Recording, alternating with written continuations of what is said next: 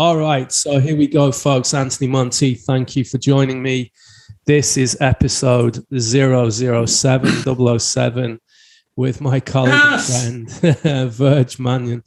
Verge is a drummer extraordinaire. I can never say that word properly. And he holds regular drum circles meetings. He's an advocate of mental health and wellness. So, Verge, thanks for coming on. I know we were having a little private chat there, but you were right. We need to jump straight in and talk about the shit that's going on in our lives. So, your son just left yesterday. What happened? Well, this is interesting, man. So we can start right into, like, every time I talk about something, I always have a little philosophy of life that's wrapped up in it, you know. So my son's mother is an alcoholic, and he just left to move to Florida, down where his half brother lives, with his alcoholic mother at the age of 20. And I'm pretty sure that his brother moved to Florida to get away from the alcoholic mother. So now here I am, and I'm watching my son make this, what, you know, most people would consider a massive mistake, right? To do this to himself. And at the same time, I also realized, like, I stayed with this person for a long time because she did love me and she loves him. Mm-hmm. She's just got this Jekyll and Hyde thing, and she can't get over the Hyde part. Right. You know what I mean? And so, but there's abuse that happens in the situation. And so it's hard. Like, I have to now implement my own lessons for myself of accepting the things I can't change. Like, now just being super supportive, telling him how much I love him, telling him things like, don't let anybody fuck with you, man. Like, you're my son. I taught you better than that. Don't let anybody fuck with you. Get what you need. Make sure you have a future. You know what I mean? Like, I just tell him the things that are important, and I leave out all the details about his mom, because that part, he has to figure that out. Yeah. And he even had this incredible, like, it is such a foreboding dream while the last time he was here a few days ago, and he woke up and told me this dream, and I was just like, wow, man, you get what that is. Like, there was a grave in there, and it was just basically this dream about him, his subconscious, telling him, like, damn, dude, you're about to go through some really hard shit, and you know you're going to, because now you don't have your dad. Now you're not going to have dad across town here. Yeah. Like, now dad's in Wisconsin, you're in Florida. But at the same time, he has to learn this, man. He has to learn that, like, your life is your life. You can't live your life to trying to save somebody else, even if it's your mother. Exactly. Your mother has to save herself, and that's the tragic part. And so I just keep trying to reinforce, and, you know, I feel so good right now, dude, because, like, an hour ago, my son sent me this message that said, wow, this trip's already having its hitches, but I channeled my inner you and told myself that challenges are just there to teach me something. And I'm like, okay, he's got this. Like, at least right now, he's got this. Like, he's going to figure this out, you know? Do you ever get? It might take him 10 years now. Do you ever get the feeling we're all in purgatory and we've all got this, you know, we've got to come here and learn lessons, and if we don't learn, we get an opportunity to come back and do it again. You know, I did much worse. Dude, I did terrible things when I was his age. Right. My parents didn't know where I was for like 7 years. Wow. I was basically dead to them. You were AWOL. And they had done almost nothing to me when I look back at what, you know. Were your parents good? Were they good to you? Were they good folks, or were they just absentee? I love my parents, dude. Yeah. But, you know, they went through some really, really hard times themselves. So you get these, like, trauma cycles where it's like, man, they grew up getting the shit beat out of them, alcoholism everywhere. And then, like, that kind of thing, like, it continues on until somebody, this is what I'm most proud of, is that I go over here and I go to where I scattered my father's ashes, and I kind of stand there at night and freaking talk to him, you know? And just because it makes me think about what would my father think about what's happening in my life right now, you know? And I feel good because it's like, there's a certain level where there's a curse that's kind of been broken now, that there is this connection between me and my son, even though right now he's making a mistake. Look, he's already telling me, like, I'm implementing those lessons you taught me, Dad. Like, he wants me to know that. And that's a different thing that I ever had with my father. My stepfather's different. I get along amazingly. Dude, my stepfather's the guy who turned me on to the best music, all my favorite rock music.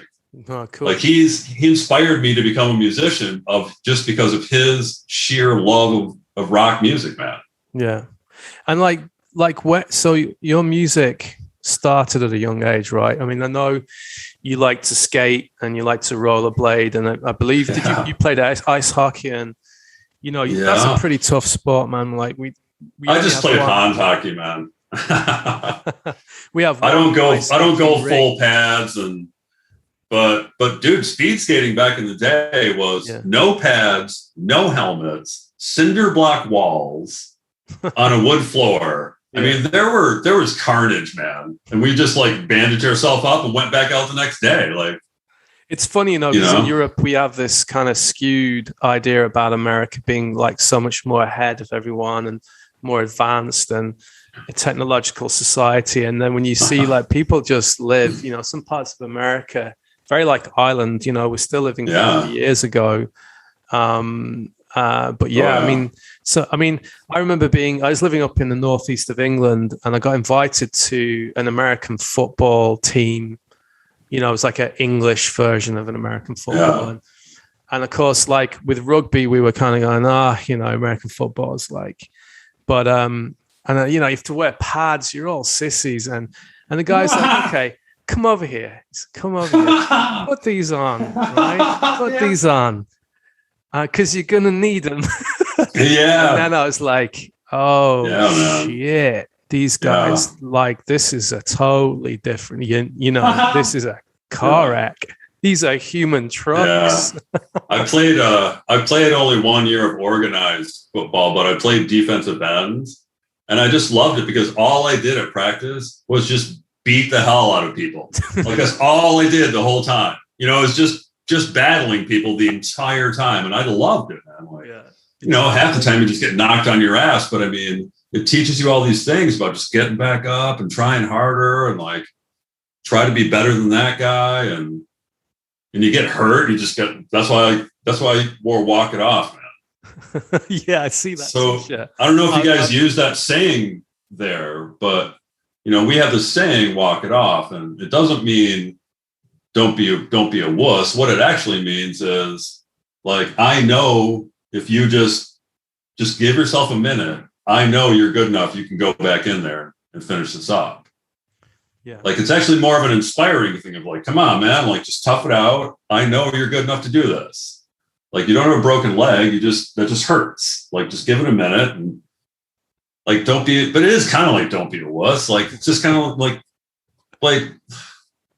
that never helps you in life. No. You know what I mean? I got this 13-year-old son, right? He's 6 foot. He's taller than me. He pats me on the head and goes, little daddy, And then he always goes, you want to fight me? You want to fight me? Come on, I'll take you on. Let's fight. And it always ends up with him squealing on the ground, but it's all fake. And I'm just waiting for the day that he just dumps me on my ass. Like, I'll go, okay, that's it. I don't need to worry about him anymore. But he's struggling to find any sport or anything that he's really grasped. He loves gaming, right? So he is a gamer. He's a nerd at heart, but he's actually quite athletic. He's a good runner and a good swimmer, but he has no passion for any sport. Like, you couldn't put him into a team. I've brought him down. We've done some martial arts with him, and he tries things. He gets bored. He tries something else. It's interesting. Yeah. So I'm going to be really looking forward to him going to this new school that's up the road from us here, and it's 13 to 18-year-old kids, and to see does that help him develop himself. It's all about finding something that you really think is cool. You know, like that's the thing. It's like if you find something that he's like, oh, that's freaking cool, you know, then he's going to want to do that all the time. I was never good at people going, I want you to try this sport out. And I'm like, well, I don't want to. It looks stupid, man. I want to try that one. That one's cool. You know what I mean? Like, I want the one I prefer, of course. Like, how much do you think I'm going to practice something I don't even freaking like, you know? I'd say the neighbors loved you with drums. I'd say your parents were like, oh, holy shit, now he's found drumming. You know? I wasn't allowed to play drums when I lived with my parents. They wouldn't let me play. I learned music theory through playing trombone because when I was in 5th grade, I had the longest arms of any kid in class. There were like 6 instruments, and they're like, okay, you get the trombone. I'm like, what? This is the most boring fucking instrument there is. And so I wound up with it, and I just stuck with that for like 7 years or something. But I learned all the music theory, and the whole time I wanted to be a drummer. Yeah. And I had two close friends who were drummers. They had drum kits. So I would play their drum kits because my parents wouldn't let me. But there is a really cool story of how I actually kind of like became a drummer. Is I went to college way up in the Upper Peninsula of Michigan. It's a remote area, man. Like you're hundreds of miles from a real like civilized city, right? Right. And so anyway, these guys that I knew were really talented musicians, and we were all going to move out of the dorms. And they were like, yeah, we got to start a band, man. There's so many great house parties in this town. And there were awesome house parties. And I was like, yeah, well, I'm a drummer. I just told them I was a drummer. And I went home that summer. I bought my friend's drum kit for $50, which is about what it was worth, dude, $50. And my parents did somehow allow me for part of that summer to play some drums in their house. Then I moved up like 2 months early, and I just had this entire house, this dilapidated old freaking beat up place, to myself for 2 months with a drum kit in my bedroom. And I literally just sat up there. I took recordings of like the simplest hard rock songs I could find and just made myself learn all the little things that they were doing for like fucking 8 hours a day for like 2 months. Amazing. And those guys came up. The first night they showed up, we played in front of like 20 or 30 people. And I was like, okay, I'm a drummer now. Yeah, wow. I used to have a buddy at school. He was like the head boy. So he was kind of like wasn't the most loved person. You know, being a head boy, you're kind of seen as teacher's pet. Yeah. But we're still in contact, actually. I haven't spoken to him in years, but he had very strong religious calling in life, but he loved drums. And I remember he loved U2 and he loved Led Zeppelin. Like Led Zeppelin was like, there is nothing better than Led Zeppelin. And I used to go, why is he going on about Led Zeppelin? Bang. To do with this famous drummer. Yeah, John Bonham. We all know who that is. And little did he know at the time, I had a passion for a band called It Bites, which were a prog rock band from Britain. And they had an extremely talented guitarist. He wasn't a brilliant singer, but he was very talented. He ended up being, I think, in the John Bonham band or like the Sons band, you know. Yeah. Oh, okay. But ended up becoming. We're talking about alcoholism. Because he ended up becoming this mad alcoholic. He just lost the plot and pretty much lost his career in music. But managed to rehab himself and become this, amazing sort of philosopher of life. And it's amazing the progress. Like, so drumming. So I'm having this vision of you sat in this dilapidated room, hitting away on the drums, and then suddenly realizing, shit, now I'm a drummer. What was the next path then? Was it just, did you have any imposter syndrome? Did you think, shit, I'm getting... Well, I was in engineering school. in my 3rd year, and I was doing well. I'm an engineer now. I design medical devices. But first I just wanted to just do it, So I started, we were automatically had a band already, me and my 2 friends. So we got another guy, and we started that off as like pretty much a cover band, just real simple stuff, man, so that I could keep up. But I learned really quickly that the really fun part is that then right next door to me, there were some other musicians, and I would hear them ripping out these fucking riffs on the electric guitar. Because it was like, dude, back in the day, nobody had air conditioning. We just had all our windows open in the summer, you know? And so then at one point, the one guy came over and introduced himself to me. And I was like, oh, yeah. Oh, I've seen you play, man. Oh, damn, you're good. Right? Like, holy shit, you live next door. That's fucking cool, right? And so we just talked for a while. 2 weeks later, he comes in. They just walk in the house. Dude, this is where we lived. People just walked into people's houses. You didn't lock anything. Fuck, there was like 12 people in the town, you know? And so they come in and they're like, hey, man, do you want to be in our band too?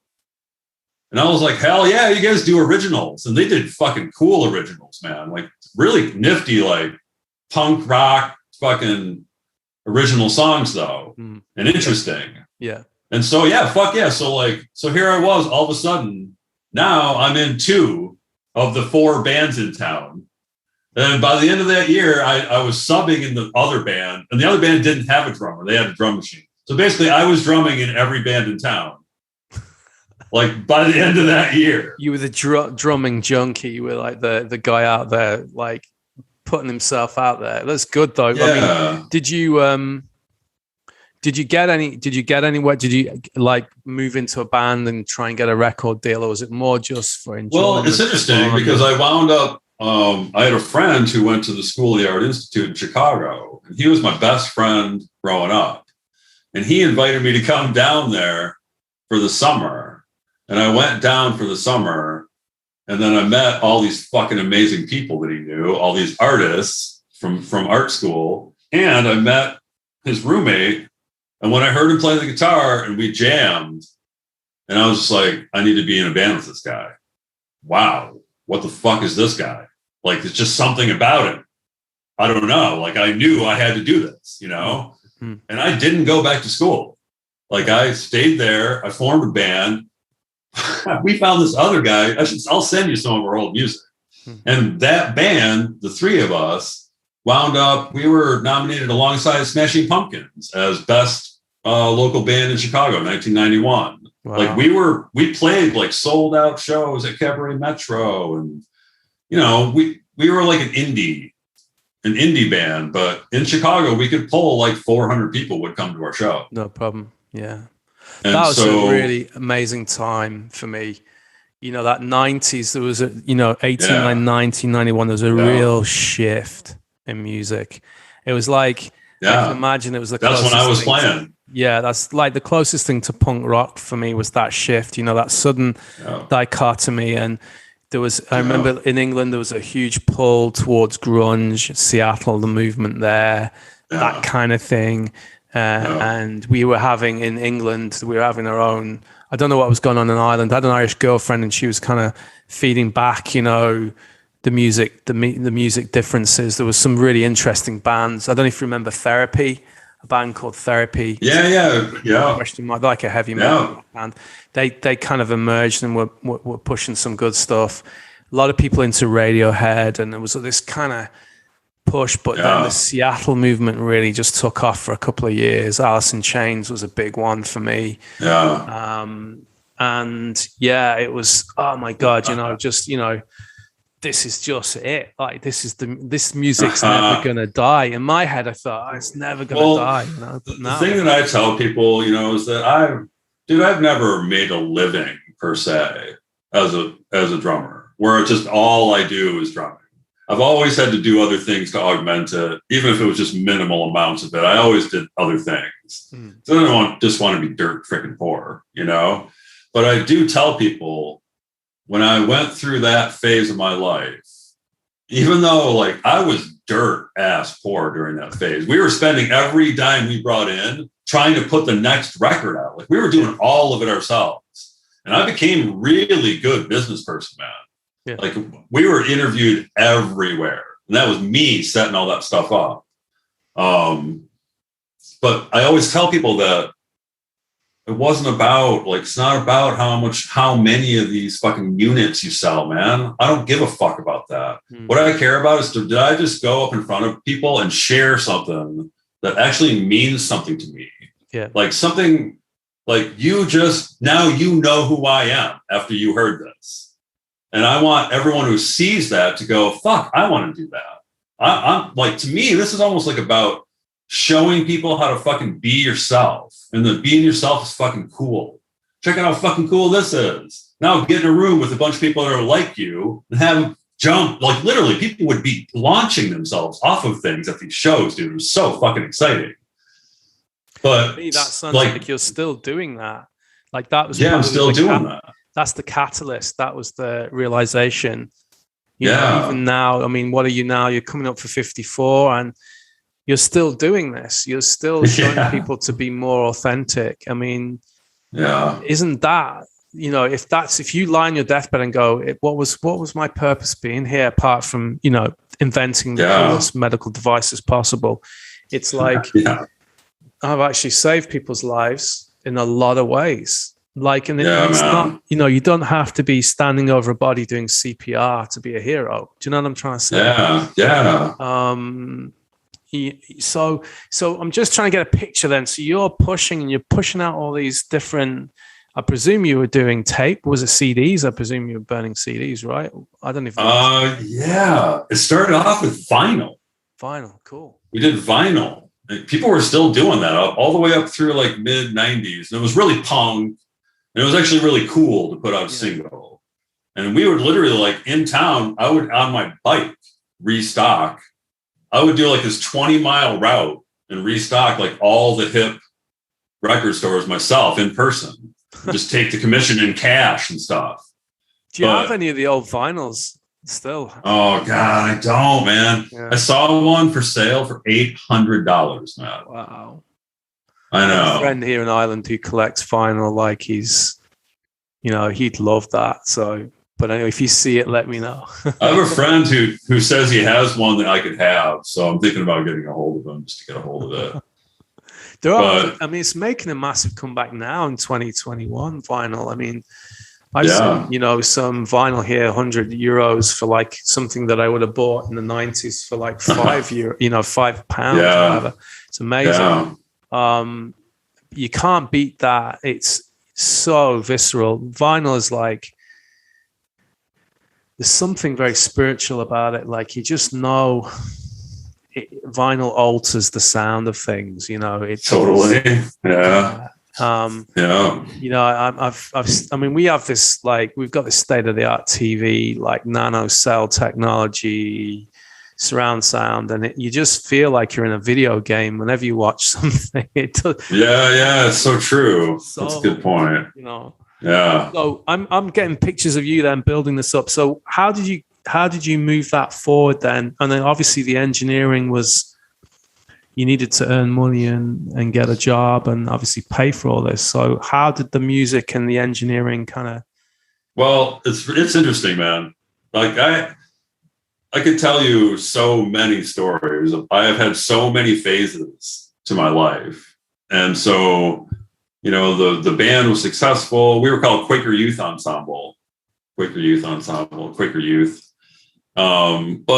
we weren't financially successful because we did everything ourselves.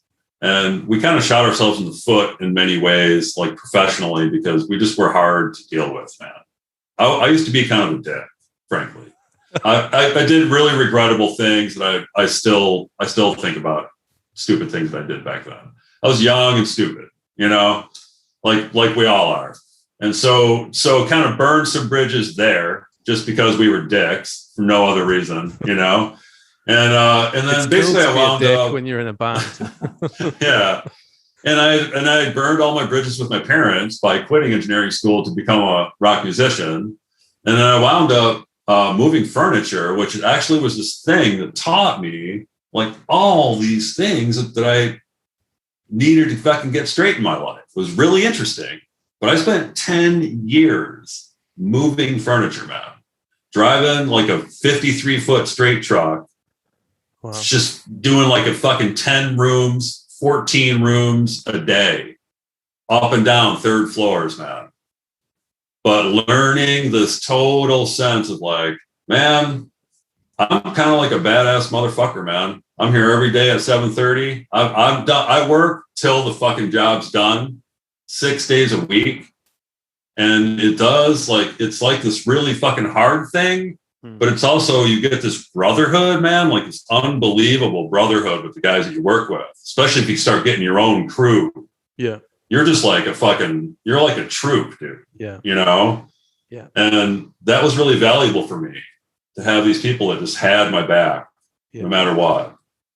I've seen that. So I went through this long phase where I couldn't drum, you know what I mean? Because all I was doing was working. And then I got embroiled in a bunch of like weird political stuff that I don't even want to talk about, that I was just like, man, I would never become involved in that kind of bullshit now. Right. Like, it's just too much weirdness. And that kind of threw my life into disarray.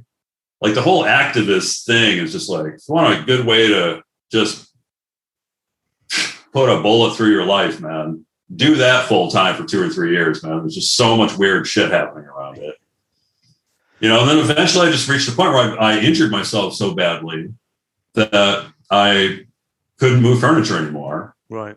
And so that was my chance to just go, I have to get any resource I can get and go and finish that engineering degree, because at this point, I'm sick of working this much. I would love to be an engineer. That sounds fucking amazing. Yeah. You know what I mean? Yeah. It didn't sound amazing when I was 20. It sounded like sitting at a fucking desk all day, like I've been doing my whole life. But once I'd been through enough hell, I was like, I got the fact of like, wait a second, I could get a good paycheck. People could treat me with respect.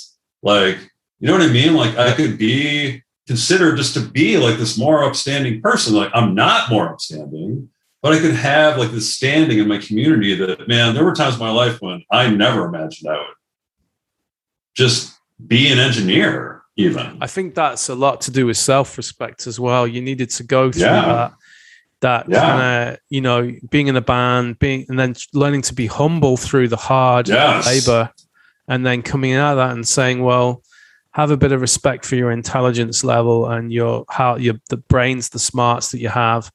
And also the figuring out that we're not bulletproof. You can't keep lifting heavy furniture, pianos, and, you know, all this kind of crazy stuff. And that's like, what injured me too. And then so at that point, I know you're an advocate of more lean towards more plant-based food for health, and it's worked for you. Was that in there at that point, or did that come sort of later on? That's interesting. Sometime in my early 20s. See, when I was growing up, I had chronic, like sometimes life-threatening asthma. So, and back then, man, when I was young, well, you remember, there weren't inhalers. So you had to go to the hospital, man. Yeah. When you have an asthma attack, you can't frickin' breathe. Nobody can give you anything until they take you to a hospital and start injecting you with stuff. And like you're having basically like you're like speed shaking, you know, just to open up your bronchial tubes. They used to give us a paper bag, you know, they put a paper bag over your mouth. Oh, just, you know, then you sit in an oxygen tent. For sometimes I would spend 3 weeks or more. Like, I'm 4 years old. I live in a hospital. I live like, that's where I sleep at night. You know what I mean? And so that taught me, like, that definitely had this huge thing of like what I became later in life. Just this kind of like this constantly feeling like I could just suffocate to death at any moment, and half suffocating for long periods of time. And while I'm completely isolated from anybody who fucking cares about me as a 4-year-old child, you know what I mean? Yeah. But it taught me all this empathy though, man. But at the same time, like, I don't know, I had a really my childhood was freaking wild, man. Like all kinds of, I'm sure that's why my later decision-making processes were a little bit interesting, you know? You're getting it all out of your system before you had to sit down in front of a computer. But I'm not complaining, man. Like I wouldn't, you know, whatever, man. I'm not complaining, that's for sure. Did you find I had plenty of fun mixed in, you know? Did you find engineering school a challenge, or did you just love every moment of it? Was it just, did you fly through it, or was, you know, were there It was a little bit of both, man. I love math. I'm like addicted to numbers and manipulating numbers, you know, to a nerdly level. It's part of the drumming. It's all these subdivisions all the time in your head. And I like science, but, you know, some of it is kind of really obtuse when you start getting into doing triple integrals. And I mean, we're going to like the most advanced math stuff you can get to. But I don't know. I did enjoy all of it, I guess. Yeah. But it's just the case, like the workload at Michigan Tech. It's infamous, man. Infamous for it's a workaholic college. Right. If you don't, I had to do like about 12, 14-hour days. Wow. Or I would start failing courses. And other people, if they have maybe a better memory, I don't know, you know, they could get away with working less than that. But lifting weights was a big thing that got me through all that too, man. Gave me the energy. You know? I trained as a health scientist, you know, and they were the most unhealthiest group of people you've ever met. It's hilarious. We were all on the piss all the time, partying, and I hope my mum's not listening to this podcast, but we were absolutely party animals. It was all ex-doctors and nurses and physios who wanted to retrain. The plan was to go into the health system and become managers and stuff, and yeah, I'm glad I didn't do that. It was interesting to see how. I mean, there was a few healthy guys in there working out and stuff, but there was nobody really healthy. I found that quite funny. I actually found pictures of myself like eating like pizza night nearly every week. You know, this kind of big, healthy pizza stuff. Hilarious. So you got your engineering. So for you, I know you're a big advocate of mental health. Were you aware of any sort of mental health, ups and downs or moods? Or did that kind of come later on in your life? That's such an interesting question. Because I didn't understand at all until later, until I reached the point where I was suicidal. I had no idea that I suffered from depression. No idea, depression and anxiety. Not only that, but by the time I was diagnosed, I was already suicidal. So I was suffering from severe depression and really severe anxiety, but those things trick your mind. I mean, they do all the depression and anxiety. It's like they talk to you, man. They're telling you, don't go see a doctor.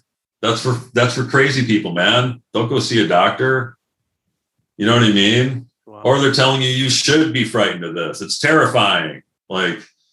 It's just recently that I've finally trained my mind enough to go, wait a second, dude.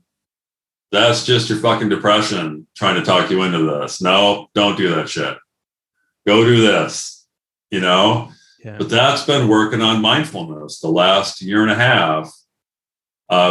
I've been studying a lot of stuff around mindfulness, and especially with the drumming. I've been studying a lot about that. There's a huge amount of, I studied shamanism and then studied Qigong, and, shamanism, there's many types, as you know, there's many cultures. The word shaman is from originally Mongolian, I believe, but it's this idea of entering an altered state to find answers, and we do that in many different ways: breath work, drumming, music. I mean, music to me at the moment seems to be one of the most powerful healing tools we have. I mean, it's always been there, but it's becoming, you can see it now all over the internet. There's binaural beats, beat patterns, 432 hertz healing. There's different types of resonance. There's two students of mine that studied with me are now started playing music again. She sings. He's a very talented guitar player. Awesome. And they're using their music, and they're using like sonic healing. So I mean, they're singing what sounds like jazz or contemporary music, but underneath it is this resonance. So I think this is coming, and I think the future of medicine is going to be resonance therapy. Is going to be using. We are effectively. This is just, as you know, quantum physics. This is frequency, right? Yeah. And you know, if you think about in the yogic tradition, we have the sound Om, which is, you know, the sound of creation. Yeah. So I remember seeing you in London when we were studying with someone. I won't give any names for him because all right, good idea. Thank you. My Christmas card list. A business course that we took. Yeah, but anyway, I remember you just adamant to get out there, regardless of what everyone else was doing. The drum had to come out, and you had to sit out. Just drum, and you were always very charged up afterwards. The interactions that. And I've been watching you progress with, is it Moodtrain you've been doing? Yeah, Moodtrain. Yeah. You want to tell people what that's about? So also, just so everyone knows, Moodtrain is one word, MOOD train. We can find us. We have a Facebook page that has a lot of really cool video stuff that I'll probably wind up talking about shortly too. But Moodtrain is a rock band. It's got a little bit of jazziness in the subtle parts. It's got all kinds of tinges of all kinds of different genres, but it's entirely improvisational. But it's not what people expect when they hear that word. Right. It is, we are writing a song right now, a beautiful song, as beautiful as we can make it, that expresses exactly what we feel right now. And it gets really intense, man. And the dynamics will go from like, you can barely hear what I'm doing. You might not hear it from the audience. That's how quiet it is. To like, I'm basically like ripping your face off with my bass drum, and just like, where it's just like incredible, monstrously fucking loud. And it's like, all of this is like, this is coming. We're just doing this. And it's me and one other guy. And this dude now, he plays out of 2 amps. He's got this whole Axe effects unit that he can use if he wants to. He's got 2 full pedal boards. But yet most of the time, it just sounds like ripping ass good rock and roll music. You don't notice the fact that you're like, how the fuck is he making this sound like this? Yeah.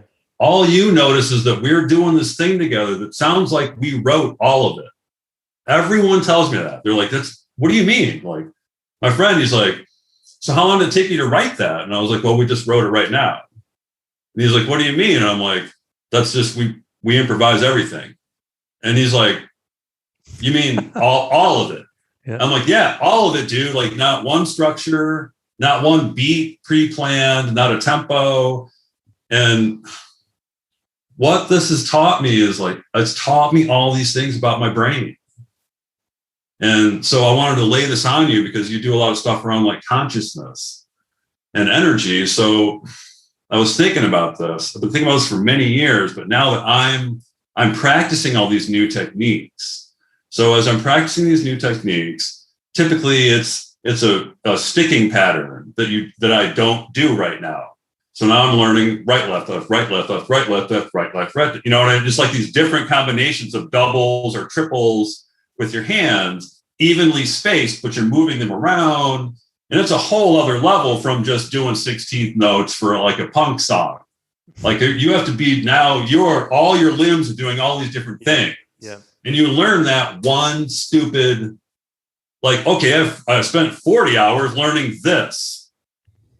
You know, literally, like I'll spend 40 fucking hours doing this until it works. And then I learn the next one. And then I learn the next one. And by the time I get to the 10th one, now somebody shows it to me and I go, oh, you mean? Yeah. Okay, that's easy. Like, but that's all about like, how am I wiring all these neural pathways? Right? Yeah, I get where this is going. And what I'm trying to understand is I really want to understand better, and I'm trying to now, the interface between your subconscious mind and your conscious mind. So, and I'm thinking about, so I've been working on metacognition ever since. You got to meet my friend Lamont McPherson. He lives here in Viroqua, Wisconsin, and he wrote the Mindfulness Handbook, and it's really helped me. Anyway. So that's So, all right. So I know we're kind of jumping around Yeah. topics. It's a bit like jazz at the moment, but it's like one of the things that struck me when you were talking was this is your qigong for me. This is like all that repetitive 40 hours doing this beat and 40 hours doing this style and another 40 hours doing another broken style. And that's what you're doing is there's no point for you to become a master at anything. You've got to learn the basics, right? You've got to, doing that repetitive movement strips away the need to try, right? So it's this idea of you're rebuilding your conscious network so that eventually in Qigong, the highest element of expression of Qigong mindfulness movement is what we call spontaneous Qigong. So you start with a very core movement, which will be very grounded and very founded in a particular style or a particular theme or element. And then as the person internally, so it might not look so impressive externally, but internally, then the person will move in an improvised fashion according to the mood and how their body is operating. So for me, when you start talking about that way of doing music, it's the same thing. It's like it's exactly the same thing. Allowing your energy to move according to your mood. And it's exactly the same thing, man. Because the only difference is you have movements that you have practiced, right?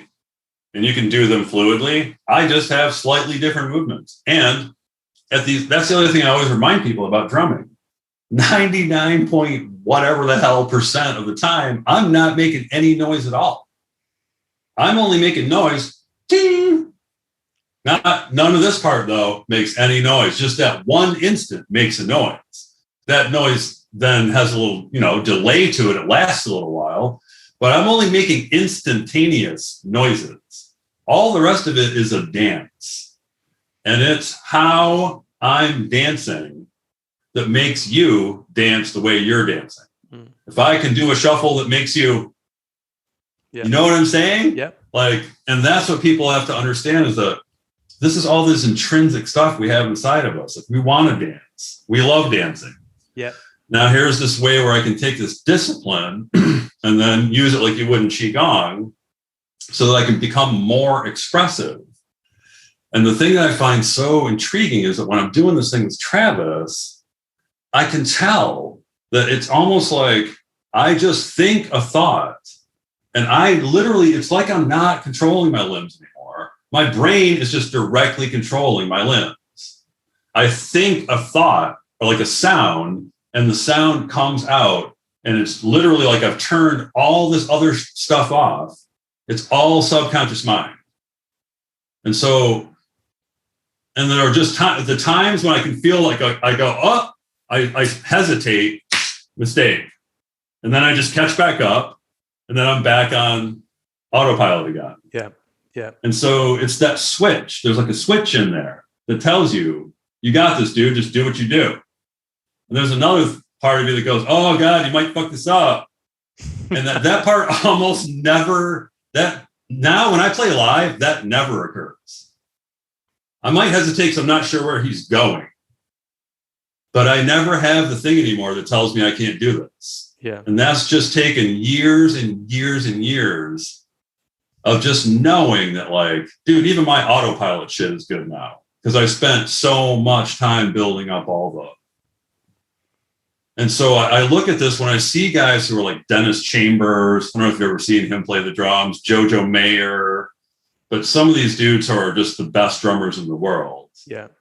I think of it as they're at a higher level of consciousness. Dude, these guys can be playing like a different time signature with each hand and they're talking to someone. What?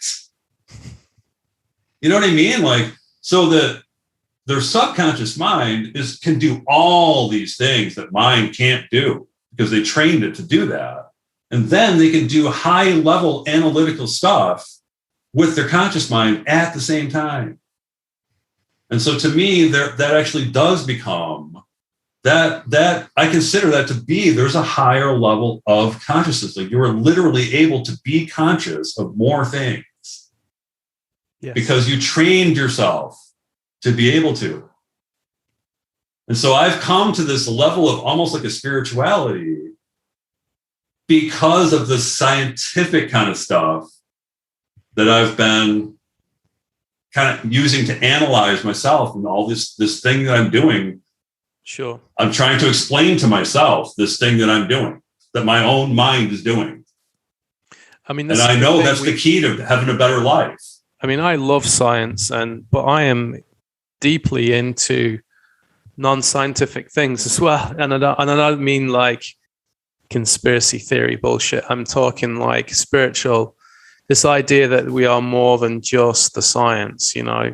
What's the thing that's created the science in the first place? And, you know, the age-old question. Yes. And I mean, still there. It's still there. It's still there. You know? I mean, talking about, I mean, this is the interesting thing that when you're talking, what it's making me think about is, you know, we can measure the brain, right? We can do blood tests. We can do various HRV. We can do all these different things, right?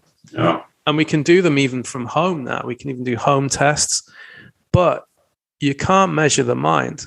There's been no, I mean, we can measure brain waves, but where's the mind? I mean, this is what you're saying is it's effectively your mind and your mind encompassing consciousness, subconsciousness, maybe even a higher state of consciousness. I mean, in Qigong, we talk about the three bodies. The three bodies, you have like an astral body, you have like an etheric body, a corporeal body, and they're all energetic bodies that's part of this whole system. And so you have these three layers always, and there's probably more than three, but you have these three things that can all work independently whilst working as one as well. But that you can't, where's the measurement for that, right? It's only measured through these incredible feats. Right. You know? I had a teacher in China who could kill tuberculosis in a petri dish just by literally, he'd go into this kind of altered state and then he'd throw his hand forward like this and shake his hand. And the dish would be about maybe 10, 15 meters away.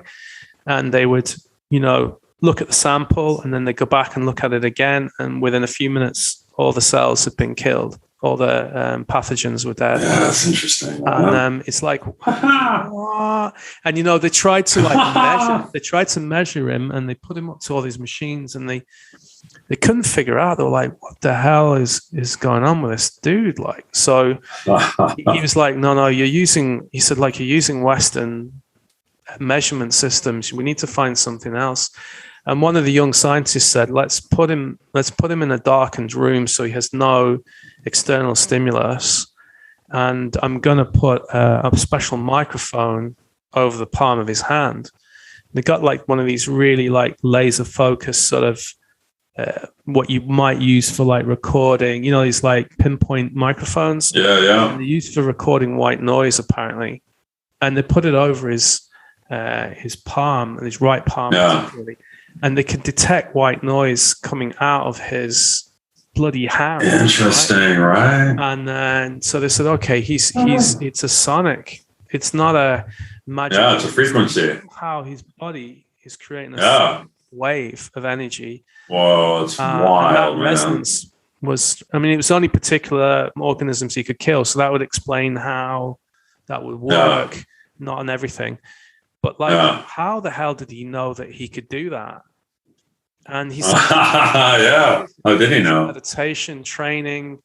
Yeah. It's just this knowing. He just said, I had this knowing. And that's what's happening with your drumming. It's just like, I know. Yeah. Well, I think I'm realizing too that when people reach a certain level of skill at anything, that people tend to think there's like a trick happening. Maybe they're being tricked, right? So you can look at somebody like Houdini, right? Like that guy never performed a trick in his life, man. He fucking trained himself to be able to do. Like there was a level of there were a level of like, okay, part of this is you didn't understand that I had this thing hidden somewhere. But there was another level of I can hold my breath for like 8 minutes, right? Like he knew all these skills of how to pick locks. He did know how to pick locks. He knew how to do all these things that you would need to do. That's what people didn't realize was that, dude, this guy spent years getting ready for this one thing that he did. Yeah. And so every individual specific skill in that event, he systematically destroyed that fucking thing until he got to this time. He was like, fuck that. I know I can do it. And I've already practiced it all these times. And people don't see that part. It's like David Blaine or whatever. It's like, This guy that's not a trick, man. He just spent a lot more time than you can imagine somebody spending. That's what the whole thing of drumming is. Anything that you become an expert. But I'm realizing it more just lately because, when we've had all this lockdown, I'm just like, well, I have drums right here in my basement, man. I'll be here every night practicing my drums. And when we come out of this, I'm going to be the best drummer in this town. Yeah, look, I think a lot of good things have come out of this, it's been for me, we had that great sort of unknown in the beginning, where we're going with this, how bad is things like, and a lot of information, misinformation, holding back information. And then there was this massive conspiracy theory. And then there was all this like, oh, we have the science now. And then I'm just trying to navigate. And what I really loved actually through the whole thing was you kept putting up those graphs, those charts, And, they were just stats. That's all they were, stats. And it's really cool. And I know people say, oh, well, I've lost someone to this sickness and it was awful and terrible. And you're like, okay, yeah, I get it. It's terrible. It's awful. And I'm still compassionate about that. But it's become almost more important than all the other things that are killing people, which can be easily prevented, right? And the fallout from this. And I have a lot of my clients are doctors and nurses and stuff, and we have big conversations about what's really going on. And there's people just leaving this planet of their own volition, jumping off bridges and stuff. We have a lot of young people here where people, what we call single driver car accidents. And this is kind of almost considered an honorable way out of life. So because there's a history of bad car accidents here and there's a history of poor road safety, although it's improved a lot over the years since I've been living here, it's very easy to get in your car, go down a country highway here, and there's some pretty dodgy roads here, and you can go hell for leather, and if you time it right, you're out of this world in a very, very easy way. And then it's like, no shame on you, no shame on the family. Oh dear, isn't it awful? But there's we know in our community, you would never do 100 miles an hour down that road. It's fairly impossible to do it because it's so narrow and tight. It's just, this is what we're facing. And I know you've came to that point in your own life where you were you were staring down the road of making the decision to stay or go. And what was the turning point? How did you navigate that process? It's funny. It's interesting because what you're talking about with the single person car accident, that's kind of part of my story. So I had a whole cataclysm of events that all happened right in this, like in a very short period of time. I lost my job. I didn't have another one. And it was the holidays. I was working by myself, for like 2 weeks in this office because everyone else was on vacation and I was losing my job. So I left that job that I loved, like, nobody's even there to say goodbye. Left my ID on the desk, walked out with my box full of shit. That was how I ended that job. Then I went home. It was Christmas. Then on Christmas, I called my father. The phone was disconnected. Like that had been the same phone, like since phone started. It was that phone number, dude. You know what I mean?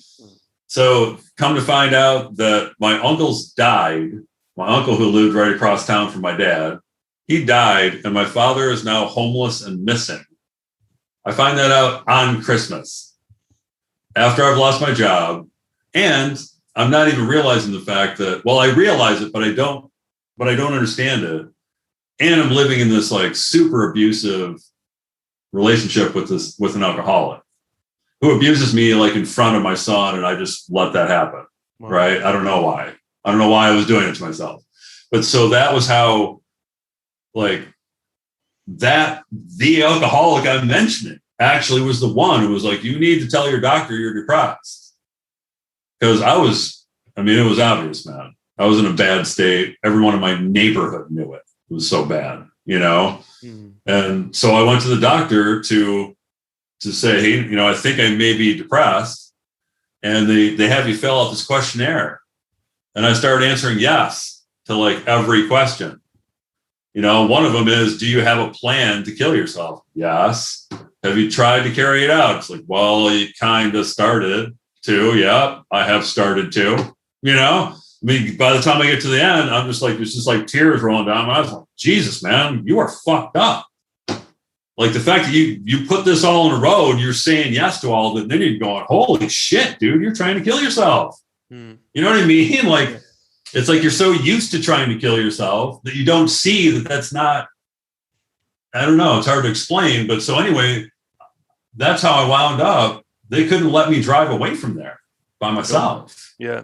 So I wound up in the back of a police car going to the emergency room because I didn't have insurance for an ambulance. And so that was like the start of... I suppose they can't let you back out into society knowing that there's this chance you could... Yeah. So they were taking me in so I wouldn't kill myself. You know, like for my own protection, I was being taken. And I was just being taken to a hospital where I could be examined, set up a treatment plan, talk to a psychiatrist. But I could tell that, I mean, after just 20 minutes of just telling anyone about what the hell was happening in my life. Yeah. It already made a difference because now I'm not telling this to an abusive alcoholic. And when you're in a relationship with an alcoholic like that, you don't have any other friends anymore because they already burned off all your friends for you. They helped you burn off all your family relationships. Basically, you're just alienated from everyone. Yeah. And this is your only ally, is this person who abuses you. So that's where my life was when I was suicidal. And then, I mean, I couldn't even have medication at the beginning because it was just, I was so depressed. They were just like, man, we can't give you anything for fear that that's just going to trip you off. That, right? Some antidepressants can do that. They can send you. Yeah. You can have a bad reaction. So you're lying in this accident emergency or wherever you are in the hospital, and obviously then they come up with this plan, and I presume they started with medication eventually. It didn't start with medication. No medication at all. Like I said, because I was just too far gone now. After you got far out, like how did you bring yourself? Like, was it you, or did you have somebody to intervene, or what? Yeah, it was therapy. I mean, it started off with therapy and just exercise, man. Like, honestly, I knew things that would make me feel better. Lifting weights, man. Lifting weights is probably number one. Super intense, man. Especially if you go heavy, you just get all these endorphins.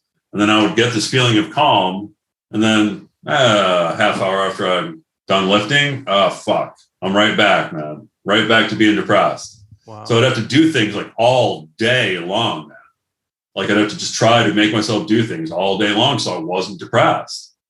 And then as time went by, you know, kind of, and I was going through therapy and I was learning. Dude, it took me 2.5 years to tell my therapist that my partner was an alcoholic. Wow. Like that's how far like everything had devolved and how much I was kind of like allowed myself to be under someone else's control, man. Like that's all my shit I did. I was an adult that whole time. I'm not blaming this on her, man. That she's just ill too, man. But that's how far gone I was that, it took me 2.5 years to figure that out and even address that part of my life. And then I went through this horrifically abusive divorce. And then, basically along the way, I just kept telling myself, like, man, you got to do the things that are important to you. I quit playing drums. For 10 years, I didn't even own drums. So that was part of my therapy. My therapist was like, you are finding a room in your house where you can play drums. You're going to have a band now. You need to do that. Doesn't matter what anybody else thinks. You want to be alive or not. So start a band. And dude, Travis from Moodtrain was in that band. And then Matt Aker, who plays bass in my other band, Mother Hive, was also in that very initial band. And I told both those guys, look, I'm starting a band because I don't want to kill myself anymore. So I want you guys to know, like, I have some severe depression and anxiety. This is my therapy, so just be forewarned. Who knows? Pretty much I'm a pretty good guy, but just so you know, that's why I'm doing this. And they're like, really? That's fucking cool, man. Let's do it. Yeah. Yeah. And they've been like my best friends ever since. Yeah. I mean, I remember having I would say seriously, as I've got older, I have suffered more and more up and down with mood swings. And I've had one or two. I've never had severe depression. I've never had the point where, like, I love my life. I love my kids and love what I do.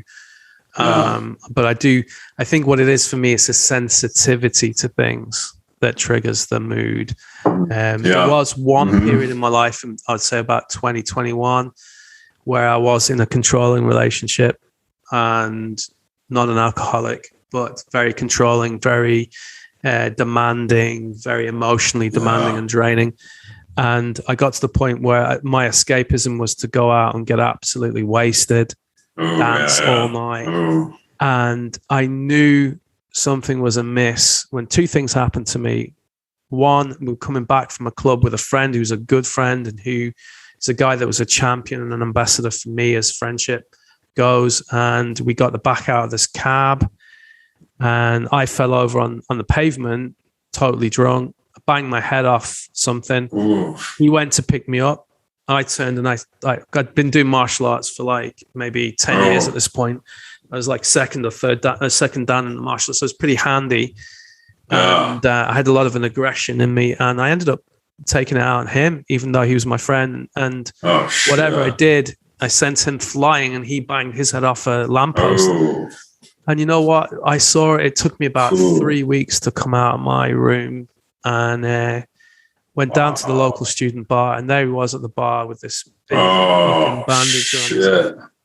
And you know what? He was just like, it's okay, because he was big enough to realize I was going through something, I wasn't a personal attack on him. And I tell you, it changed things for me. And then I realized, shit, I'm going through some bad stuff in my head. And I came out the other side okay, But definitely I can say for certain in the job, in the work that I do, an accumulation of events, either at a childhood level or at a teenage, even to early adult level, that accumulation, then that convergence point where you think there's only one way out of this, like just get rid of it, Right. And in some cultures like Japan, like suicide for many years was considered an honorable thing to do, It's okay to leave the planet because you're going, elsewhere and you're getting away from the pain and you're not bringing shame on yourself and others. And in other cultures here in Ireland, it's hugely taboo. We have one of the highest male suicide rates per capita for 24, 25-year-old males. They're usually men who've maybe gone to a first serious relationship. It's gone tits up and hung themselves, Although they get a shotgun, they get the dad's shotgun or a shotgun from the local farm. They're going out to kill a sheep or something that's wicked, and boom. And it's it's terrible, man. It's frightening. So you're at this convergence point. You're having all this therapy. working through it. The exercise is getting you so far. What was your next step then? What was the next mission for you to get? Well, and I did the drumming too, and I was always pretty careful about a lot of stuff about my diet, and I do find that, like, for me, it just helped me when I started going more plant-based. I'm not entirely plant-based at this point. I'm pretty close, but I definitely find there's a big difference in just how I feel. Like if I eat dairy, man, the next day I feel it all up in my nasal passages, mucus. So I react to that probably more than the average person, because I know it's minimal amount. And I'm like, God damn, I don't feel as good as I felt yesterday. And I do it for my cheat meal because I enjoy it, dude. Let's face it. Like I don't cheat myself out of life. Like I'll let myself, once a week, once every 2 weeks, just eat something that, whatever, man, maybe I shouldn't eat it. But the other 97% of the time, I'm eating exactly optimum stuff. So it allows me to have a little bit of fun here and there. You know what I mean? That's really interesting, because I treat a lot of asthmatics in my clinic, and a lot of them will get an asthma attack if they eat too much dairy. Like if they get ice cream, it's a classic trigger. And the lungs and the large intestine, I mean, this is just a philosophy here, is considered the metal element, right? And the metal element being this idea of discernment, decision-making, clarity of thought, right? Yeah. So if that element in the body has been affected, then you don't have a clear-cut vision of anything. You don't have, your thoughts are foggy. You get brain fog. Literally, you're getting sinusitis. You're getting this detox effect. And I do think that there isn't one diet for everyone. There isn't like... No, I don't think so either. We are now a convergence of so many different genome. Oh yeah, for sure, man. I'm sure if you went back in my ancestry, there's Scottish in there. There's definitely Irish. There's definitely some Germanic or Scandinavian blood in there somewhere. And I'm sure if you were to go into yours, you'd find maybe there's some Middle European, Mediterranean, whatever. You don't know. French Canadian. There you go. So. A paleo style thing or a plant-based thing is going to work for you, although the French do consume a lot of cheese, it's very heavily fermented. It's not like this modern dairy that you get in cappuccinos and lattes. It's kind of like high lactose. I try to do fermented stuff every day too, like probiotics, that kind of stuff. What time period did this all occur in? Like, you're now coming up for 54, isn't it? So it's all been pretty gradual, dude. Like when I was in my early 20s, I almost just fell into being vegetarian. Like, it's just, if you do it in a way that's not even that good for you, it can be really cheap. And I was really poor. And so it was cheaper to go buy bulk grains, rice, just cook up these really simple staple things, mix them up in a couple different combinations and be like, there we go. It's all good for me. Yeah. And it's cheap. Otherwise, if I want cheap food, it's going to just be bad for me. So I just figured out a way to, and there were times when like meat was too expensive for me. So I didn't buy meat. And then I realized one spring, wait a second. I haven't had a single asthma attack. What the hell? Whoa, okay. What did you know what I mean? And I realized like, haven't been eating these things that I used to eat. I'm just going to keep doing that then. Fuck it. I kept doing it and I kept getting better every year. And I find that there's a pretty immediate difference for me if I eat a bunch of cheese. I had some fish recently. That didn't have any impact on me. I'm sure I could probably eat some meat. I don't think it would kill me. Actually, I ate some meat not long ago because somebody made something special from their homeland and frickin' brought it to this get-together. And I was like, dude, if you made that specially for this thing, like, I'm going to eat some. Yeah. Like, I'm not going to, I don't know, man. You're not going to pigeonhole yourself. I mean, a little bit of something, it's not going to kill you. And there's a famous doctor called Li Zijian, or he was a famous Chinese sort of medicinal guy, lived thousands of years ago. And he quoted his exact quote was everything in moderation, you know.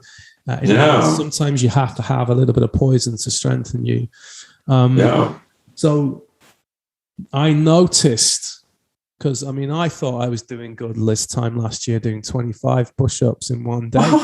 But you're pushing like 600 a bloody day, man.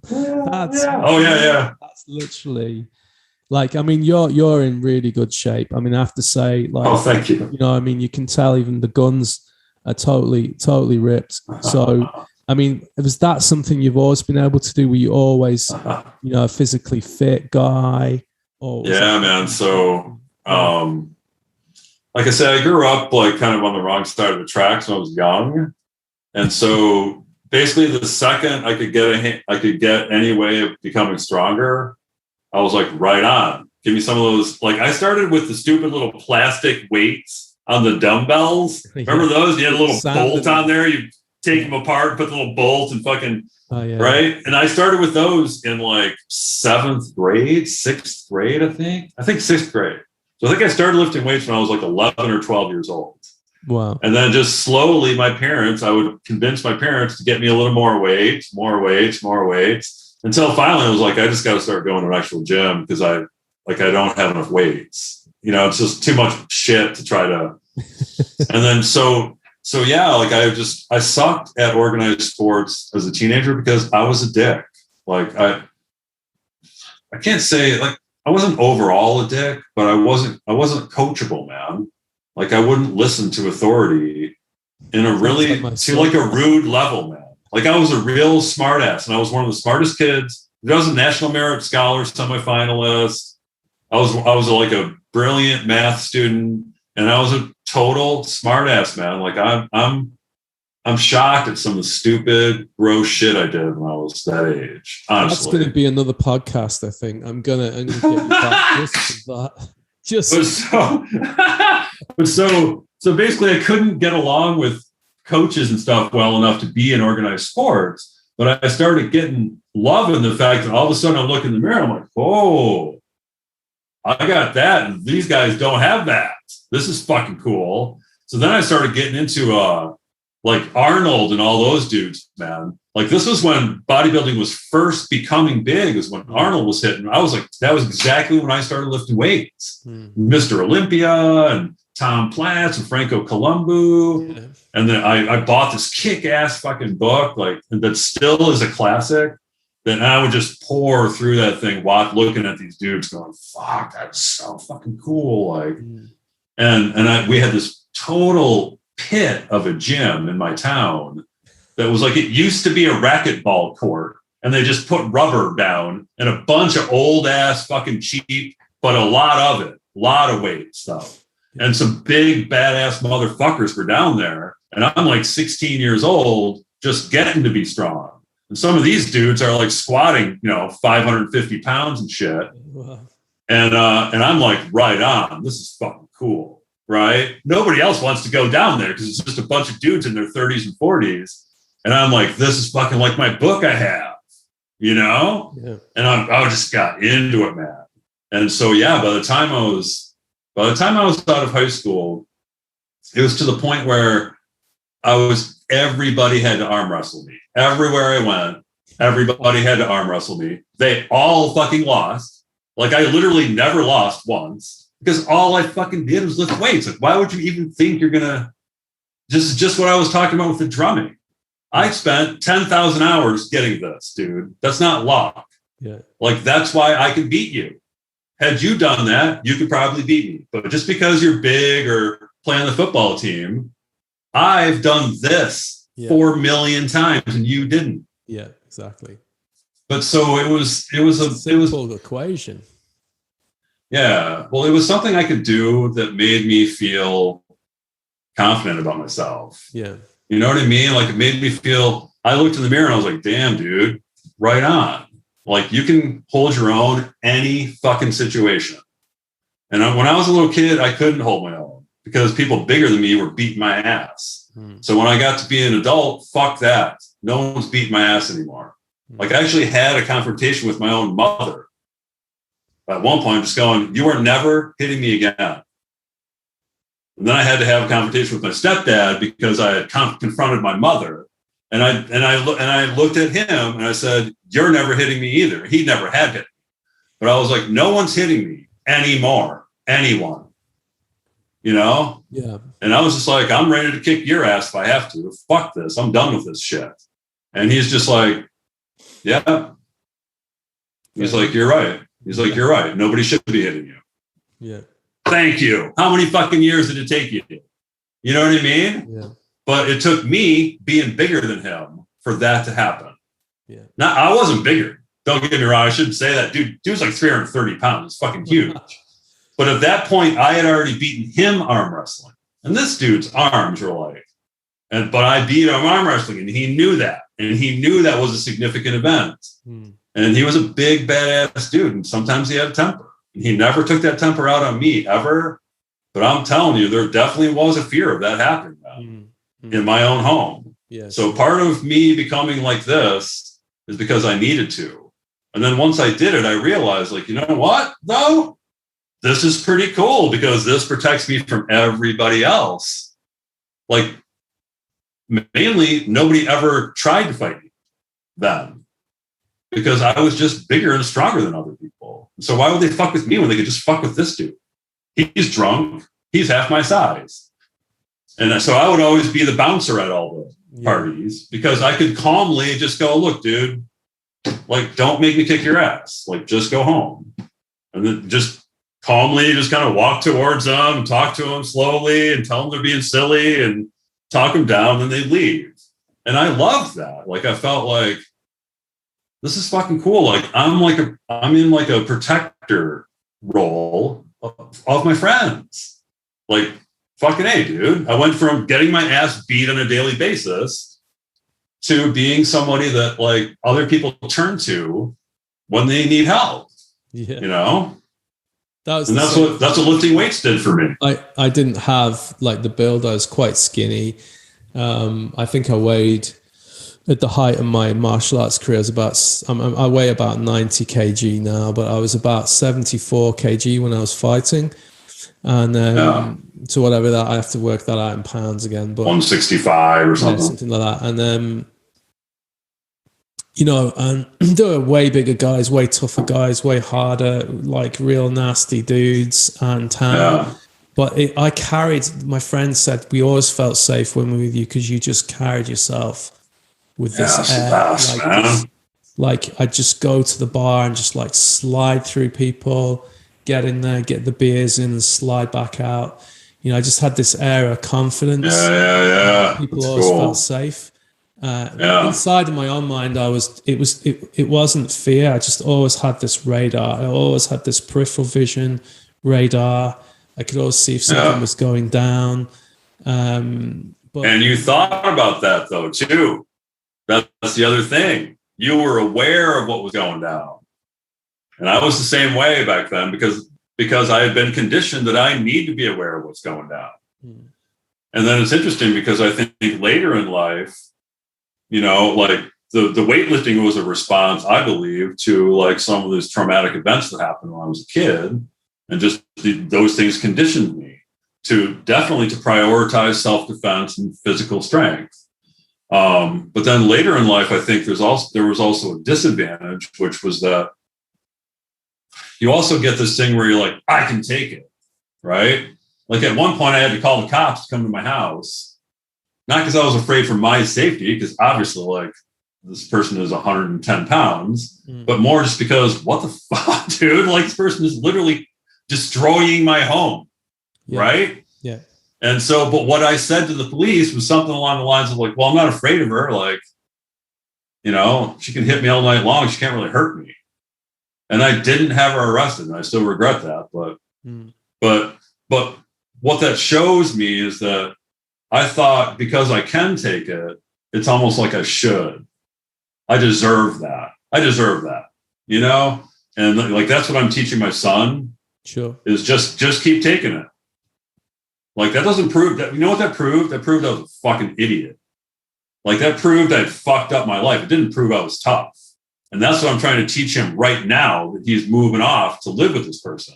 trying to subtly give him this message of like, because you can take something doesn't mean you have to or that you should. Some things you should never have to take. They should never happen to you. If you live your life correctly as an adult, no one's ever going to abuse you. Yeah. Instead of going, I'm proud of how much, don't be proud of how much abuse you can take, you know? Yeah. That speaks to kind of that self-respect. And like when I was in that relationship with this one particular person, I mean, I was physically stronger and, you know, I had more of a temper and stuff, but she just had this way of being able to manipulate the way I felt about myself, the things that I should be doing. Like if you're in a relationship, you should be doing this. You can't, you know, if I went off with my friends, there was a huge amount of guilt tripping. You're leaving me on my own. I'm all on my own. I don't have anyone. I don't have any friends. And like me being a caring, sensitive kind of person, like that's just, she was just using that energy. And I remember when eventually we broke up, and it was kind of a I'm not even going to say it was just a bad breakup, right? But there was no follow up from her as such. But she used to trigger me. Like she would literally, goad me into hitting her. She wanted. Yes. To hit her. Yeah. I've been through that. Justify more. Yeah. Oh yeah.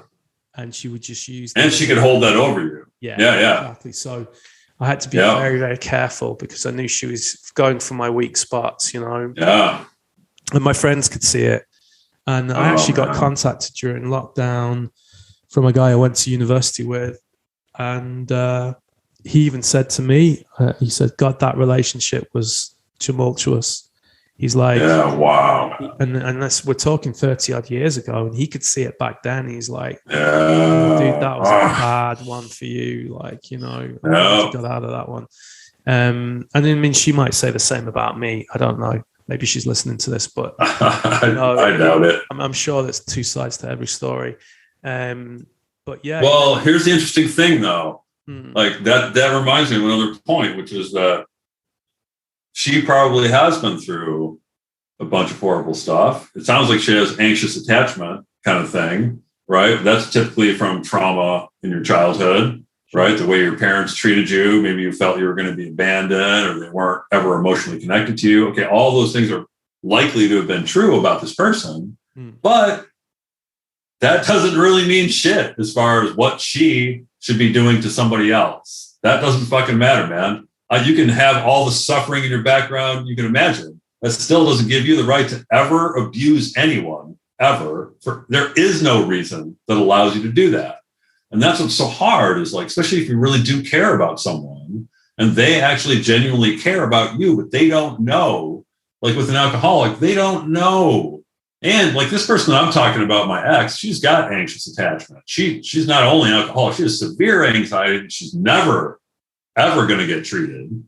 She has some depression for sure. She definitely has anxious attachment, and she's an alcoholic. And none of those things are her fault per se, but because of the fact that she spent 57 years on this planet and never addressed them, and she inflicts this damage on other people because of them, it's like, you know what? Tough shit about your anxious attachment. Too fucking bad. If you can't be someone's friend, you don't deserve to have friends. So maybe you need to get your shit taken care of so you can be decent to other people. Yeah. And that's what's so hard is that I let that person abuse me because I knew all these things about her life, about how fucked up her life had been. And I felt more sorry for her than I felt for myself. And then the night when she fucked with my son was the night that everything blew up because I finally stood up to her. And I was like, there is no fucking way you're going to be doing this. No fucking way are you doing this. And then it was just everything blew up, Yeah. And then it reached the point where I was like, okay, dude, now she's fucking doing it to your kid. Like she's already been doing all kinds of abusive stuff to him, but different, not attacking him, using him in all these ways against me, like putting him in the middle of literally every single argument. Yeah. And here I am feeling more sorry for her than I feel sorry for my own son. You see, like it's all so, it confuses you until you're just like, like it's almost like you don't know what to think anymore. You're like, what the fuck is life? I don't get how everything sucks, you know? And then you realize, wait a second, there's like, this is like a Sherlock Holmes mystery, man. That's what people have to realize about your life. Your life, you can solve your fucking life, but you have to do the work. You have to go, what's the first big motherfucking problem? How do I get rid of that? And can I chip away at a whole bunch of these at the same time? Because that's what I had to do. Like, I had to do creative self-expression, go outdoors and play, optimize all of my nutrition, go through shitloads of therapy, where every week I told my therapist, give me a lesson for this week. Tell me something I can do about these things I just told you about. What can I do? And you'd give me some idea, and I'd be like, all right, I'm going to do that. And I'm going to keep doing it for good. I'm going to remember that. I'm never going to stop doing that lesson. And I did that for 9 years, pretty much. So, like, your life is just this thing that you can figure it out. Like, I've gone from that place to let's just skip ahead to where I am now. I live in this beautiful place. I'm a senior mechanical engineer who makes automated external defibrillators. So I save lives for a living. I have this incredible community of people around me, of all different types of people, engineers to drummers, musicians. I play drums in my 2 favorite bands. You know, I do these drum circles. I'm part of this movement now where we're forming community drum circles in the suburbs of Chicago. And that's part of my Rhythm Mentor program. Is now there are like all these drummers being born, all these kids and stuff are starting to get this healing thing from drumming. There you go. And I've repaired my relationship with my family. You know, I've reconnected with like all my old childhood friends, and like some of them have become like really, really close friends again. So I went from having no friends, totally isolated, wanting to kill myself, and always being broke, always jumping from one job to the next, jumping from one town to the next. Like, I just had this wildly chaotic, horrifying life on many levels. So now it's like I literally try to think to myself, like, dude, what is it that you could even be missing right now? Oh, maybe I'll get a dog, or like maybe I'll start a romantic relationship, but right now I don't even want one. My life is so awesome right now. Yeah. And I'm just like working on myself. And I feel like, you know what, dude, and when you want that, you'll make that happen. But I have this feeling in my life now, like I'm in control of this shit now. And I want people to see, like, when I wear my little semicolon tattoo, yeah, it's like I want people to see this story, like not to show myself off like how cool I am, but to show people like, dude, if you want to kill yourself right now, I used to be at least as bad as you. You know? Yeah. I've had people call me because they're suicidal right now. I mean, I should say that to the people listening, like if there's anybody out there, you know, you can take some words of advice on this, is that, you know, that there's always a method, there's always a way, there's always a thing, but it's down to you as a person to engage in the process of partly to surrender to getting help and surrender in the process. Yes. And then to, you know, get proper professional legal, proper advice, proper help, you know, from professionals who know what they're doing. And then once all that initial stuff, they've brought you from the woods into the clearing, then you can spend the rest of your life working on you, because they ain't going to do that for you. Yeah, no, for sure. And, you know, the exercise, the dietary changes, figuring out what works for you, figuring out your boundaries, figuring out back into your life. That, dude, that's one of the main things that I left out, is the boundaries thing. Yeah. Yeah, that is huge. And that's the other metal element. Oh. That's that metal element again. Like where it's a double-edged sword. Like who do you let in and who do you chop out, you know? Well, yeah. You have to be very clear. Like I had the way I healed up my relationship with my parents and my brother, which, man, you know, the first thing I did with them was I said, you know what, you guys, what I did in my 20s when I disappeared on my family, that was not acceptable. Like, I never ever should have done that. And I did it from this place of I thought they hated me because I left school. But that's no excuse though, man. I still should have. That was, man, if my son did that to me right now, holy cow, it would take me a while. Like they obviously just accepted the fact that I might be dead. So anyway, I had to go to them and say, look, we've had this thing all my life where we just don't know how to be straight with each other. Like everything's a joke, everything's sarcasm, right? And he knows I love him. It's like, you know what, man, the way I know you love me is you show me you love me. Not you say some fucking jackass comment about me and I'm supposed to translate that to meaning you care about me. And I just told him straight up, like, I won't do that to you anymore, but I'm going to need you to stop doing that to me. Because that's now become this thing where now I have a community of friends that are always good to me. They don't call me names or act like I'm stupid or, they don't want to pick out little things that I'm doing wrong in a social setting. And I need you to be that, or I will be that for you. And I told him, like, I love you and I want to have a love relationship with my family. I want all of you to know I love you. I'm sorry I fucked all of you over. But let's start now. Let's just start now, man, because none of us is getting any younger. No. And pretty much and I said, if you can't do this, I am going to cut you out of my life, though, because I was going to kill myself because I let people treat me like this. And I'm realizing that it started with my family treating me like that. And that was how I lived the rest of my life. And so they just understood it. And they were like, okay, geez, yeah. And it's like they're still getting used to it. Yeah. But now my mother will spontaneously like, well, I love you. Goodbye. And I'm like, oh my God, my mother fucking tells me she loves me. But it took me, like, I flew to San Francisco just to sit across from fucking table from my brother and tell him I loved him. And I told him that. Like, I flew here now to look you in the eye and tell you I love you. And I'm going to be your brother for the rest of your life. I'm not running away. I want to fucking know your kids. Like, this is bullshit. Like, let's be fucking brothers now. And now I talk to my brother all the time. Good. But you have to be the one.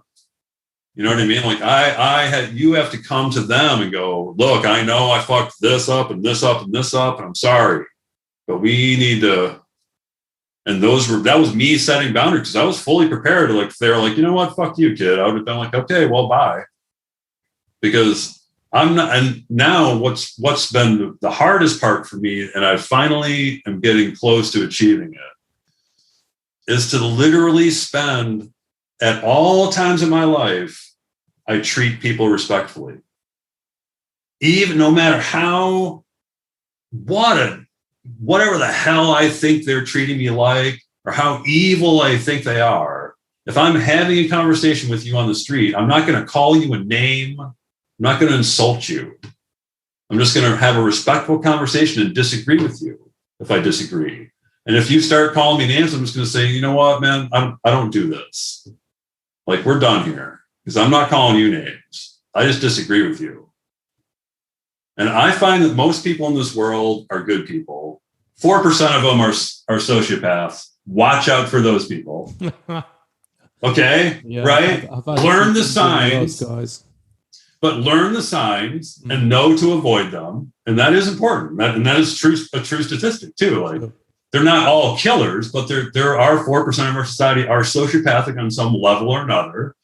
So learn to understand that. But beyond that, most people, they're good people. They care about other people, but they may disagree with me on how to solve the world's problems, or how to teach someone something, or how to get someone to help themselves, or when you shouldn't have to help yourself. And like these kind of like there's really kind of nuanced stuff now.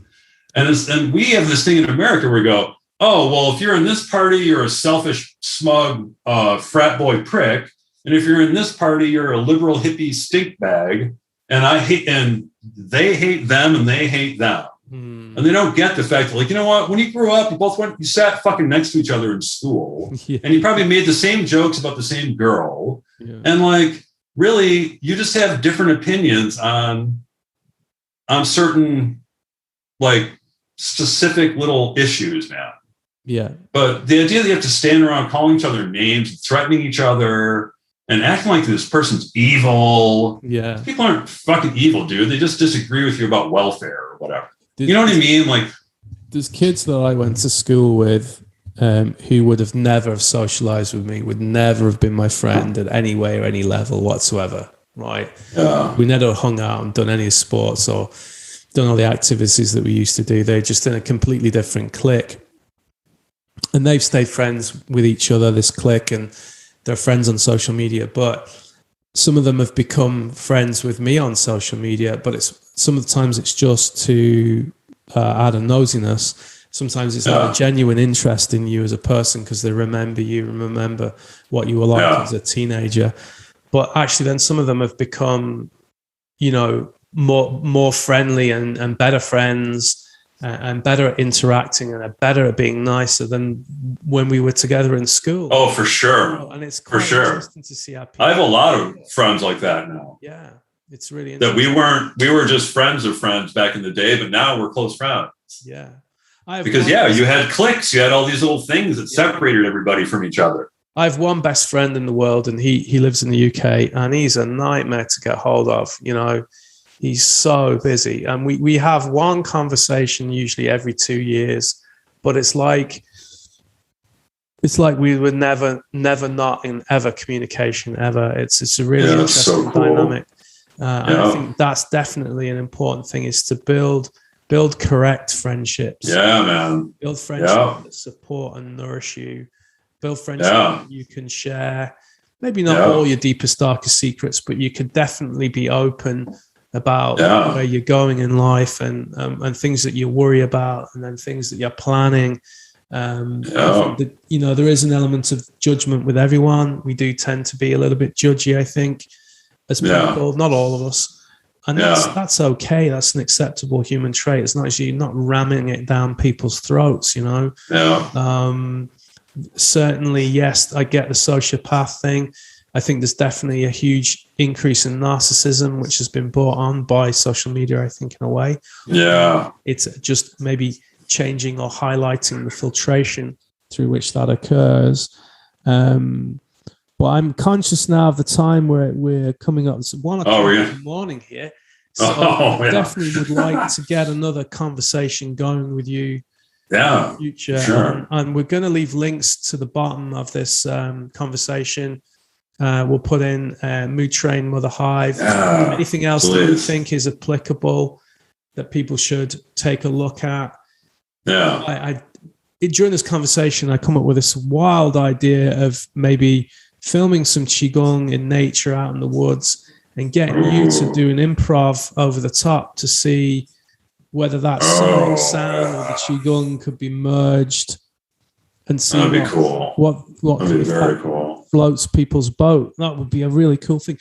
So before we go, I'd like, is there any messages or any important things that you want to impart to people? Because I can see your journey is obviously absolutely huge, right? There's a shit ton. Like, we could probably talk for a whole week just to but, you know, what would be the essence of it? So the thing I got from it personally was that you know, that wild, being a free spirit almost, but really in some way not being nurtured, and then going off and trying to find your way, leaving school, working, you know, to build your band, build the music, then going into this kind of monk-like life, like working humble, working strong, going back into then, you know, being a respected member of a scientific community. Then now putting everything together whilst in the middle of getting through the shit, you know.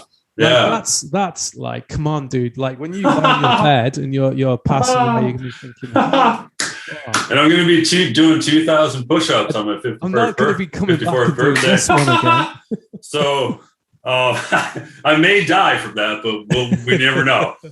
But here are the two things that I tell people are the two most important things, like in my classes that I teach, but in the things that I always drill into my son: resilience and improvisation, to me, are the two biggest tools. Like, resilience meaning you get hit, you get up, you keep on going, man.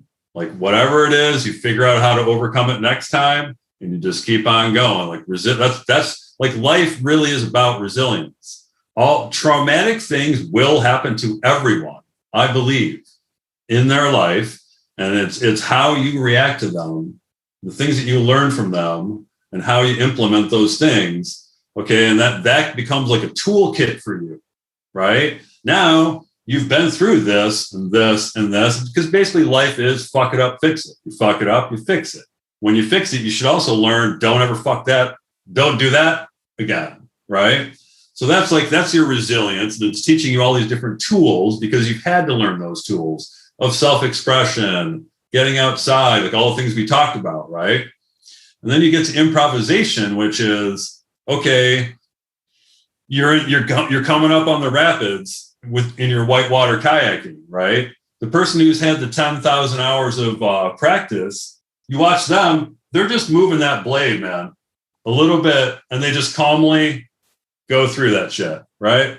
The person who is not prepared flails all over the place, winds up smashing their face on a boulder because they might actually be able to do it. They probably can't because they don't even have the motor skills yet. But they also don't have the calm that comes from just having done this so many times. But dude, when I go up on stage, I tell Travis all the time, dude, give me a bigger crowd. Give me 100,000 people. I will improvise the most kick-ass fucking thing you ever heard. The more people you bring me, the better I'm going to fucking play. Because that's what I've now wired myself to be able to do, is to go up on stage and not even know a fucking note I'm going to play, but also know it's going to be kick-ass. Because I know I can do it. And that just comes from all that stuff you learned with the resilience. That's all those little things. Now I have all the tools. Oh, I need to go around. Oh, set a boundary. Knew it. You know what I mean? You see the person right away. No, I don't trust you because I've already seen this. And I know what to do. Yeah. You know, I know how to get rid of toxic relationships and reconnect with old friends. And I can use those things when I need to. And I understand the improvisation is the part where you are learning almost an automated process, like I described with my drumming. Like you just do the right. Oh, I just use a boundary thing here. I do this here. I do this here because of the experience. And being able to implement those different tools at the right time just comes from like fucking just concentrate on your life every day. Think about what's happening to you in your life. Think about how you're reacting. Think about how you feel about those things. You know what I mean? Yeah. Like I never stop analyzing my life. I analyze my life every day. I think about how I feel. I think about like, wow, I had this event that happened at the gym and dude, 5 years ago, I would have just freaked out and left. And instead, I just calmly, I didn't care what anybody thought. And so I was just calm. And I was like, oh, it's probably like, I couldn't remember my combination at the gym a little while ago. And it was packed and it was like 100 degrees in there. And I just walked away for 5 minutes and I just sat down and I got a drink of water and I just kind of like meditated a little. And I was like, oh yeah, I know what it is. But back in the day, I would have flipped out, dude. I would have probably just left my stuff there. Right. And so I think about all those little victories and I remind myself, dude, look how far you've come. And if you keep doing this the way you've been doing it, what's going to stop you from achieving anything you want to achieve, like in the long run? And that's my message for people. You know, you can do anything you want in the long run. Like, do the resilience. Remember that life isn't all happiness, dude. It's about overcoming shit. You can get to more happiness the more shit you're able to overcome, because that shit's never going away. You're not magically happy while you're overcoming shit. Happiness to me is, happiness is a transient thing. You know, it comes and it goes. Yes. With moments of happiness, you can't have it all happy. Right? Yeah. I don't believe that. Just walk it off, man. That's what I'm trying to say. Yeah, walk it off. So, there we go. That's 007 episode done with the Verge On the Verge with Verge. So I'm hoping we'll get you back soon. If you've any questions, comments, subscription, you want to do all that, ding, ding, ding, ding, hit the bell, all that sort of stuff. You can get this podcast on YouTube. It'll be going on YouTube, but it'll also be going on to Buzzsprout, which then feeds out to Spotify. So I will leave links in below about Verge's work, what he's doing with his bands and music and drumming. So if anyone's listening in the States and you're close to where he is, then definitely hook up with him. Anyone has questions about suicide or dealing with suicide or getting through it, they can reach out to Verge, obviously. For sure. Not at 5 a.m. at least. I don't care, dude. If you're desperate, call me at 5 a.m. Yeah. It's been great having you on. Definitely, I think you beat Egwin for talking. I thought Egwin was the king of talking, but you may have actually beaten him. So I'm a drummer. Throw down that challenge to Egwin. Great. Thanks, Verge. Thanks for joining. Thanks, Anthony. And,